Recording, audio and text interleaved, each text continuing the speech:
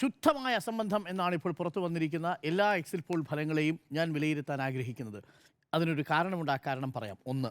രണ്ടാമത്തത്, എന്തുകൊണ്ടാണ് ഈ സർക്കാർ മാറണം എന്ന് വോട്ടർമാർ ആഗ്രഹിച്ചിട്ടുണ്ടാവുക എന്നുള്ളതാണ് രണ്ടാമത്തെ പ്രധാനപ്പെട്ട കാര്യം.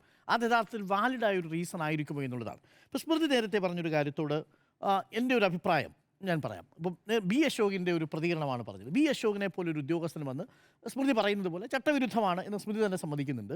അയാൾ അങ്ങനെ പറയാമോ എന്നുള്ളത് പറയാൻ പാടില്ല എന്നുള്ളതാണ്. ചട്ടവിരുദ്ധമായ തുടർച്ചയായി മാധ്യമങ്ങളിലൂടെ വന്ന് സർക്കാരിനെതിരെ, പിണറായി വിജയനെതിരെ ഇങ്ങനെ പല കാര്യങ്ങൾ പറഞ്ഞുകൊണ്ടിരിക്കുകയാണ്. നവകേരള സദസ്സ് നടത്തിയത് മയക്കുമരുന്നുകാരുടെ കയ്യിൽ നിന്ന് പൈസ വാങ്ങിയിട്ടാണെന്നൊക്കെ ഒരു ഉത്തരവാദിത്തപ്പെട്ട ഉദ്യോഗസ്ഥനെ എങ്ങനെയാണ് വന്നിങ്ങനെ മാധ്യമങ്ങളുടെ മുന്നിലൂടെ പറയുന്നതെന്ന് എനിക്ക് മനസ്സിലാവുന്നില്ല.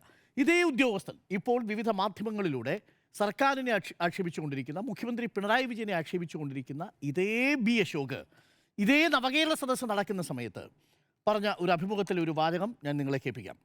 പിണറായി സാറിന് ഒരുപാട് സ്ട്രെങ്ത് ഉണ്ട്. He is very good with big projects. He want to do a very big thing, notwithstanding A B C Ds. ഏറ്റവും വലിയ അച്ചീവ്മെന്റ് അല്ലേ നാഷണൽ ഹൈവേയിൽ ചെയ്തിരിക്കുന്നത്. He's spectacular work with big projects. Follow up to Kochi Metro, follow up to your Kannur Airport.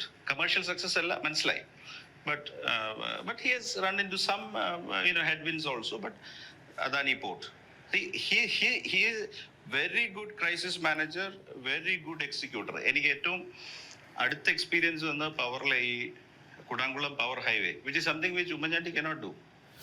അത് ഓരോരുത്തർ ചെന്ന് പറയുന്ന അനുസരിച്ചിട്ട് അദ്ദേഹം ഈ പറഞ്ഞ പോലെ മനസ്തവിച്ചു പോകും.